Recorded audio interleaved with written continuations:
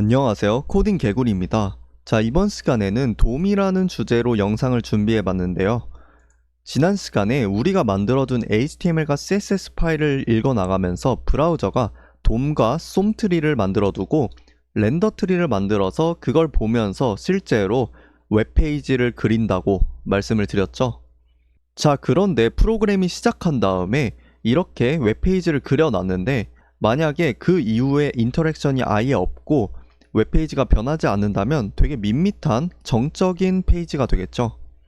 예를 들어서 우리는 버튼을 눌렀을 때 어떤 색깔이 변한다던가 아니면 구성이 변한다던가 이런 식의 어떤 동적인 요소들을 추가해주고 싶어요. 그러기 위해서 애초에 우리가 자바스크립트를 작성하잖아요.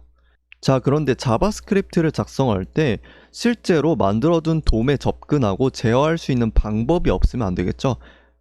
그래서 그 방법을 이 브라우저가 기본적으로 돔 API를 통해서 제공하고 있습니다.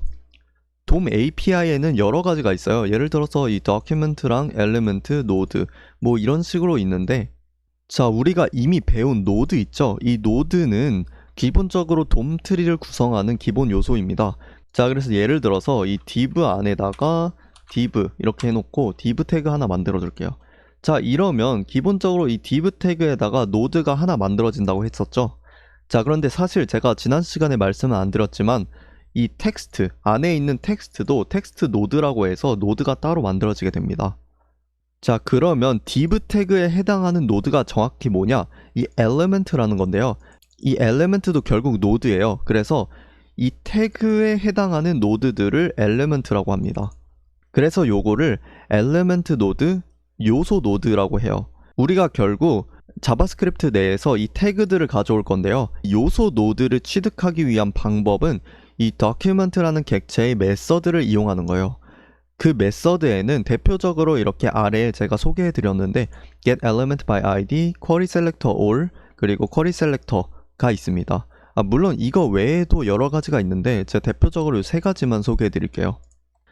자, 그래서 여기 HTML 파일로 오셔서 이번에는 이 자바스크립트를 인라인 방식으로 써서 한눈에 태그들과 함께 볼 수 있도록 하겠습니다. 자, 아무튼 이 document를 사용하기 위해서는 document라는 객체를 가져와서 get element by id라는 메서드를 호출해 주시면 돼요.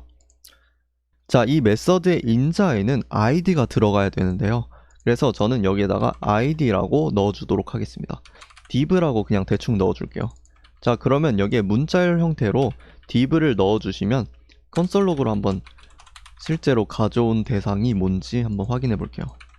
네, 지금 보시면 이런 식으로 div 그리고 id가 div다 이렇게 나와 있습니다. 그래서 id로 요소 노드를 가져오는 방법에는 get element by id가 있다. 자, 근데 이 get element by id라는 함수 같은 경우에는 이 id가 있어야지만 가져올 수 있고, 그리고 한 가지 요소 노드만 가져올 수 있어요. 그래서 그런 단점이 있기 때문에 또 이 query selector all이나 query selector라는 이 메서드들이 그걸 보완해 줄 수 있는 관계에 있습니다. 예를 들어서 제가 요거 일단 지워주시고 이번에는 div에다가 5개 정도 만들어 줄게요. 이런 식으로 만들 거고, 이번에는 이 document get element by id가 아니라 document의 query selector all이라는 메서드를 사용해 보겠습니다. 자, 이 query selector all 같은 경우에는 이 query selector도 포함인데 여기에 CSS 선택자가 들어가요. 그래서 예를 들어서 제가 div 태그를 가져오고 싶다. 그러면 div라고 문자열 형태로 넣어주시면 됩니다. 자, 만약에 여기 클래스가 있다고 치면 여기 number라고 할게요. 자, 그러면 여기에 div가 아니라 number 이런 식으로 가져오셔도 돼요. 대신 이게 query selector all이기 때문에 div라고 쓰면 div 5개가 들어가겠지만 만약에 number 클래스만 가져오겠다 그러면 1개만 들어가게 되겠죠. 자, 저 같은 경우에는 여기에 그냥 클래스 다 만들어 줄게요. 그래서 클래스 number 이런 식으로 해 주시고, 요게 지금 뭐가 들어오는지 출력을 할 건데 그 전에 저는 이거를 미리 받아둘게요. 기본적으로 이 query selector all이라고 하면 node list라는 거에 들어오게 돼요. 그래서 node list라고 담아두고 콘솔 로그에다가 node list를 한번 화면에 띄워 볼게요. 자, node list는 실제로 이 DOM API 중에서 있습니다. 자, 일단 화면을 확인해 보시면 네, 이 number라는 클래스를 가진 div가 이 node 리스트에 들어가게 돼요.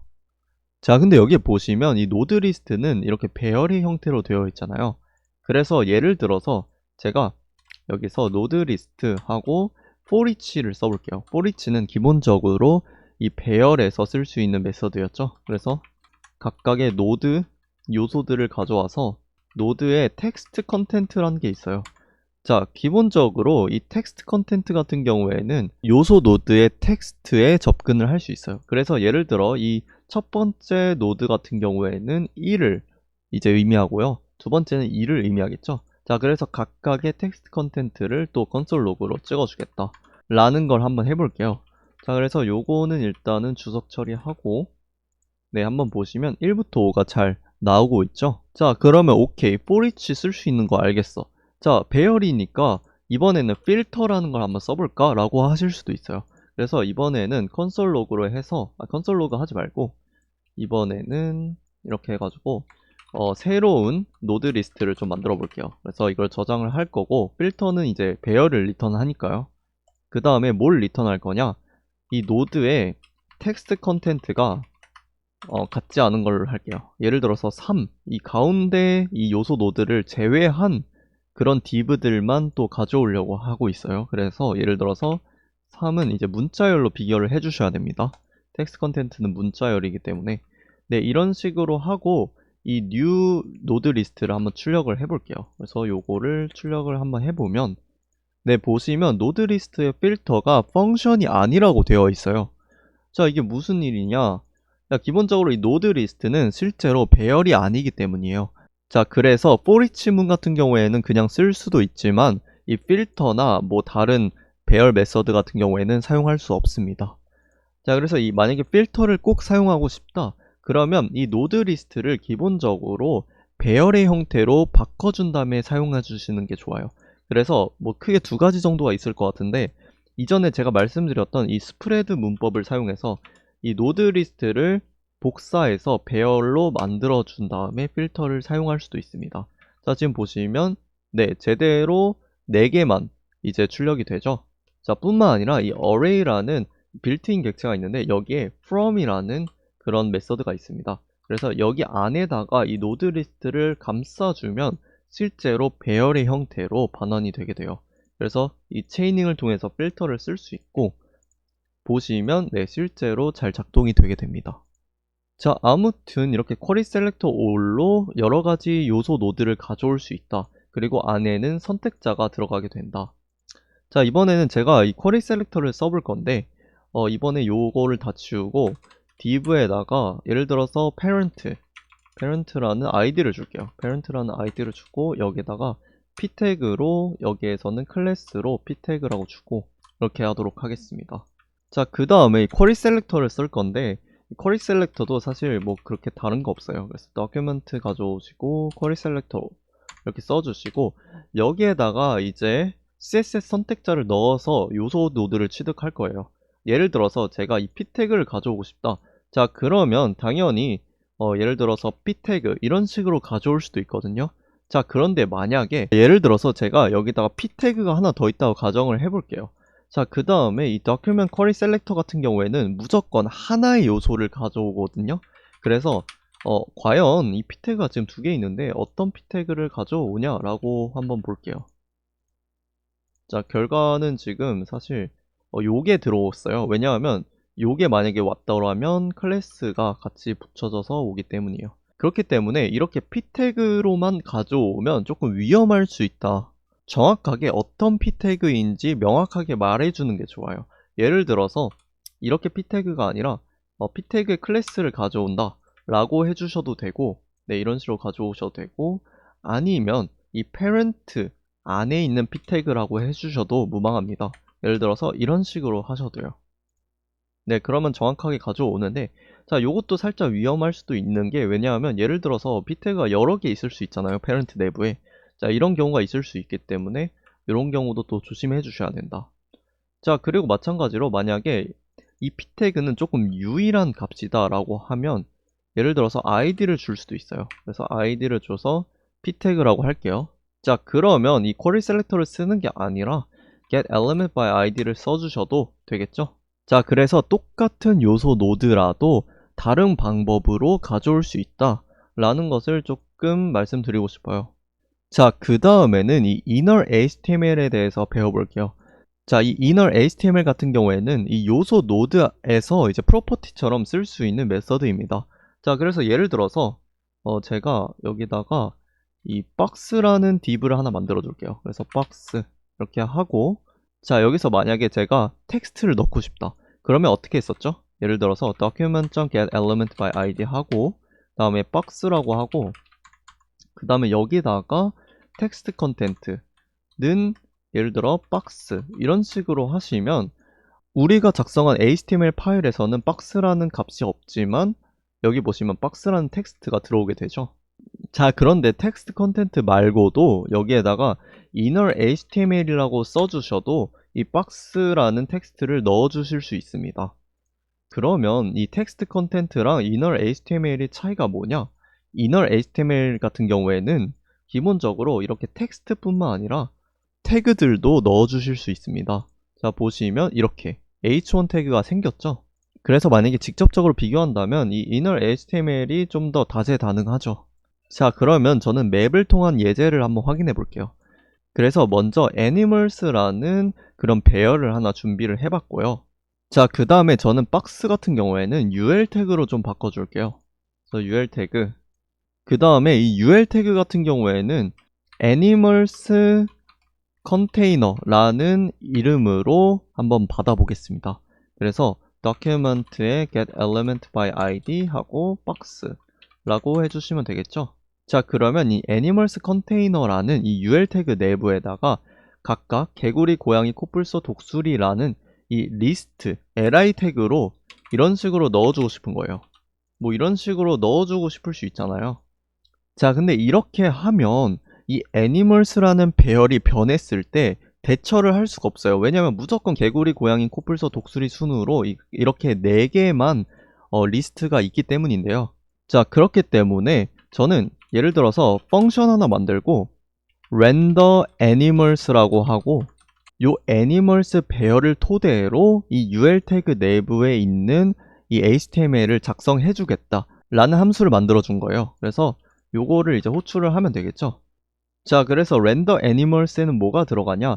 기본적으로 이 배열을 이제 매핑을 해줄 거예요. 그래서 맵을 해줄 건데 각각의 요소는 animal이라고 하고 그 다음에 문자열로 바꿔줄 건데 왜냐하면 inner HTML은 결국 문자열로 들어가기 때문이에요.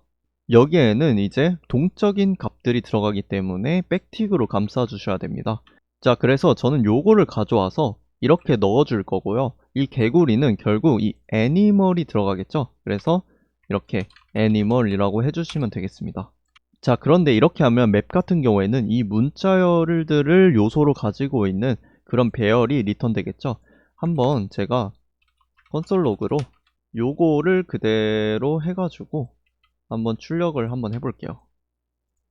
자, 확인해 보면 이런 식으로 문자열 4개가 이 배열에 저장되어 있습니다. 그렇기 때문에 저는 여기다가 조인을 써가지고 이 배열을 하나로 합쳐줄 거예요. 그러면 하나의 뭉텅이의 문자열이 발생하겠죠.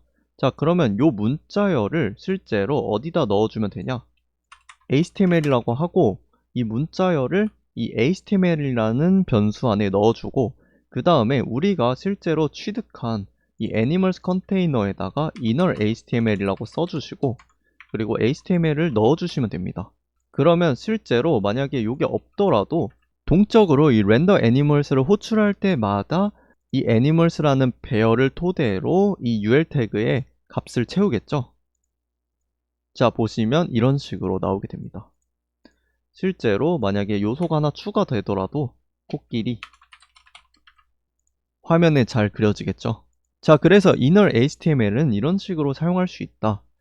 자, 그러면 inner HTML이 좀 편하니까 텍스트 컨텐트 굳이 안 쓰고 항상 inner HTML만 쓰면 되겠네 라고 하실 수 있는데 간단하게 좀 비교를 해볼게요. 자, 성능적으로 이 텍스트 컨텐트는 이 덤퍼싱이 일어나지 않습니다. 그래서 되게 단순하고 빠르기도 하고요. inner HTML 같은 경우에는 실제로 요거를 이제 해석을 해야 돼요. 그렇기 때문에 파싱이 일어나고 실제로 돔 노드를 다시 생성하기 때문에 상대적으로 좀 더 무겁습니다. 그래서 텍스트 컨텐트만 쓸 수 있으면 텍스트 컨텐트만 써라. 보안적으로도 만약에 입력 값을 여기 안에 넣는 그런 어떤 코드가 있다고 가정하면 코드를 실행하기도 하고 아니면 UI가 변경될 수도 있기 때문에 좀 보안적으로 많이 좋지 않을 수도 있습니다. 자, 그래서 문구 넣기나 뭐 안전하게 텍스트만 쓰고 싶다 그러면 텍스트 컨텐트 써주시면 되고요. 이 inner HTML 같은 경우에는 지금은 뭐 당연히 연습 단계이기 때문에 편하게 써주셔도 되지만 이런 보안적인 문제가 있을 수도 있다라는 것만 좀 인지해 주시면 좋을 것 같아요. 자, 그 다음에는 실제로 우리가 동적으로 요소 노드를 생성하는 그런 함수에 대해서 배워보도록 할게요. 자, 그래서 이전 예제를 한번 이번에는 이런 inner HTML을 쓰지 않고도 한번 create element를 사용해서 돔 요소를 생성하는 방식에 대해서 한번 알아볼게요. 일단 요거 다 지워줄게요. 그 다음에 render animals 안에서 이 animals라는 배열을 이제 for each 문으로 순회를 할 거예요. 그 다음에 animal 가져오고 자, 그래서 순회를 할 때마다 이 리스트를 만들어 줄 건데 이 document에 create element라는 그런 메서드를 사용해 주시면 됩니다. 그리고 마찬가지로 이 li라는 선택자를 넣어 주시면 돼요. 그러면 실제로 리스트를 만들 수 있게 됩니다. 그리고 리스트를 만들었으니까 이 텍스트 컨텐트 안에다가 animal 이라고 넣어줘야 되겠죠. 그래야지 실제로 이 개구리 고양이 이런 텍스트들이 들어갈 테니까요. 그 다음에 여기서 중요한 게 뭐냐, 자, 기본적으로 이렇게 리스트를 만들어줬다고 해서 요 UL 태그 안에다가 들어가진 않아요. 자, 그래서 이 animals 컨테이너 안에 넣겠다라는 문법이 또 추가적으로 필요해요. 자, 그게 뭐냐, 이 append라는 겁니다. 물론 append child로 할 수도 있어요. 여기다가 li라고 넣어주시면 실제로 들어가 보시면 이렇게 잘 나오게 됩니다. 자, 그 다음에는 이제 속성 조작하기인데요. 한번 저희가 요거 일단 예제 다 지워주시고, 자, 이번에는 제가 버튼을 한번 만들어 볼게요. 그래서 버튼 아이디에다가 버튼이라고 할게요. 자, 그리고 버튼이라고 할 건데 요 버튼을 일단 가져와 볼게요. 그래서 const 버튼은 document.element 가져와주고 버튼 아이디 이렇게 가져올 거예요. 자, 기본적으로 이 버튼은 옆에다가 disabled라는 속성을 붙이면 이런 식으로 비활성화된 이런 모습을 볼 수 있습니다. 자, 그런데 요거를 이제 동적으로 처리를 해줄 수도 있어요. 예를 들어서 버튼에 disabled라는 속성에다가 true 이렇게 해주시면 실제로 버튼이 비활성화됩니다. 요게 만약에 없었더라면 이런 식으로 활성화되어 있죠. 자, 뿐만 아니라 예를 들어서 인풋에 타입을 이제 체크박스 이런 식으로 해주셔도 제가 여기다가 인풋을 좀 가져와 볼게요. 그래서 document에 query selector 가져온 다음에 보시면 이렇게 체크박스가 있는데 이 체크박스에서 checked가 이제 true다 이런 식으로 바꿔주실 수도 있습니다. 자, 근데 이렇게 프로퍼티 형식으로 속성을 조작할 수도 있지만 인풋에다가 set attribute라는 그런 메서드를 통해서 내가 조작하고 싶은 속성의 이름, 일단 뭐죠? checked. 그 다음에 두 번째 인자에는 실제 그 속성의 값을 넣어주시면 이런 식으로 체킹을 할 수도 있습니다. 자, 버튼도 마찬가지겠죠? 버튼에 set attribute 한 다음에 disabled 그리고 true 이런 식으로 해도 되겠죠? 자, 그런데 이게 당연히 또 편하니까 이런 식으로 또 많이 써줘요. 자, 그 다음에 요거 좀 지워주시고 예를 들어서 제가 데이터 id를 1 이런 식으로 하겠습니다. 자, 그리고 예를 들어서 이렇게 세 가지가 있어요. 요 세 가지 div를 가져오려면 당연히 query selector all을 써주시면 되겠죠. 그래서 query selector all을 써줄 건데 여기서 이제 div라고 해주시면 되겠습니다. 그 다음에 요 가져온 div들을 토대로 이제 for each 문을 쓸 건데 for each 문에서 div라고 하고 그 다음에 div에 이 데이터셋에 접근을 하고 싶으면 이 데이터셋의 id 이런 식으로 해주셔야 됩니다. 제가 기본적으로 id라는 이름을 지어줬잖아요. 그러면 데이터셋까지는 기본값이고 내가 정해준 값을 여기다 넣어주시면 됩니다. 그래서 요거를 가져오고 싶다 console log 이런 식으로 해주시면 됩니다. 만약에 변경하고 싶으면 실제로 이 div 데이터셋의 id에다가 뭐 예를 들어 4 이런 식으로 해주셔도 되겠죠. 자, 보시면 데이터셋을 잘 가져올 수 있습니다. 자, 그 다음에는 실제로 이 CSS의 그 스타일을 조작하는 방법에 대해서 알려드릴게요. 자, 요거 같은 경우에는 예를 들어 div의 박스 이런 식으로 할게요.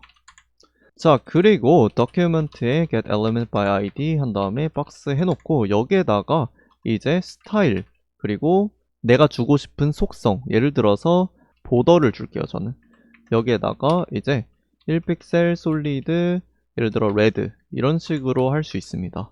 지금 보시면 지금 내용물이 없어서 그런데 박스라고 한번 해볼게요. 자, 그러면 이런 식으로 보더가 생기게 됩니다. 자, 그런데 이런 방식은 사실 좋지 않아요. 왜냐하면 결국 이 자바스크립트 내부에서 실제로 CSS가 해야 되는 역할을 해주고 있는 건데 그렇게 하기보다는 이 클래스 조작을 통해서 이 자바스크립트와 CSS 역할 분리를 이루어주는 게 좋습니다. 자, 이런 거는 어떻게 하냐? 자, 예를 들어서 이런 식으로 박스들이 좀 많다고 가정을 해볼게요. 자, 그 다음에 요거 아이디 말고 클래스로 바꿔줄게요.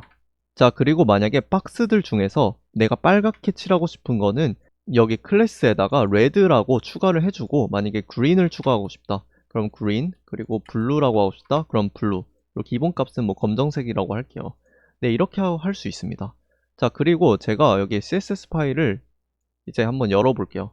자, 그 다음에 여기 CSS 선택자로 이 박스는 기본적으로 보더가 1픽셀 솔리드 블랙 이렇게 처리를 해두고, 만약에 박스이면서 또 레드다 그러면 보더가 1픽셀 솔리드 레드 이런 식으로 하고, 레드가 아니라 그린이다, 네, 이런 식으로 미리 CSS 파일에서 세팅을 해둡니다. 그러면 이 자바스크립트에서는 뭐만 하면 되냐, 예를 들어서 마지막 박스에다가 제가 여기에다가 mybox라는 아이디를 줄게요. 그리고 저는 mybox를 가져와야 되겠죠.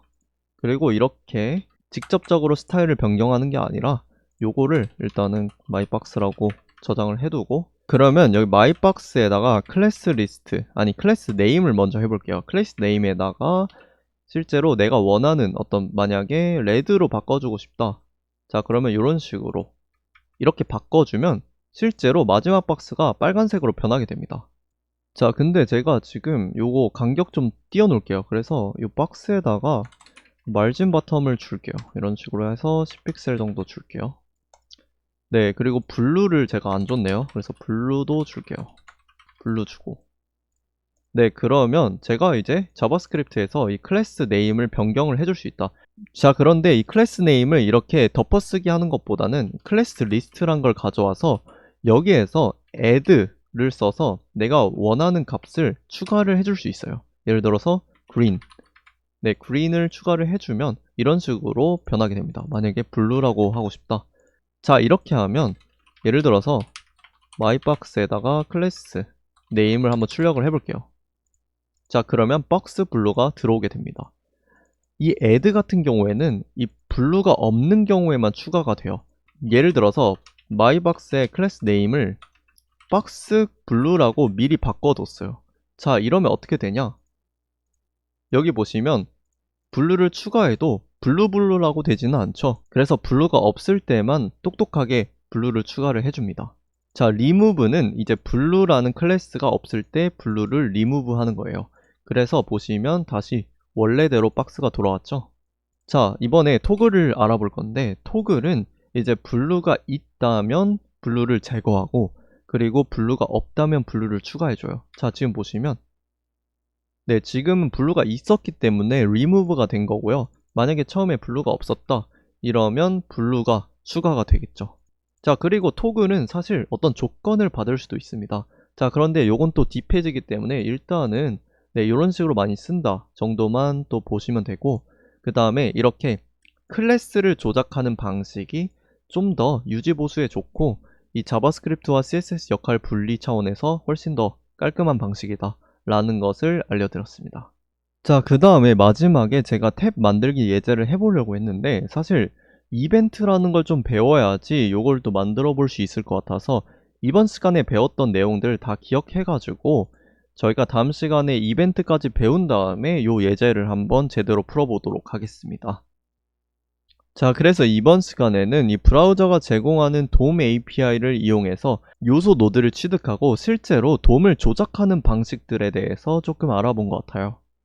물론 모든 내용들을 다루진 않았지만 실제로 또 많이 쓰는 내용들 위주로 소개해 드렸으니까 오늘 배운 내용들 꼭 기억해서 다음 시간에 배웠으면 좋겠습니다. 오늘은 여기까지고요. 다음 영상에서 뵙도록 하겠습니다.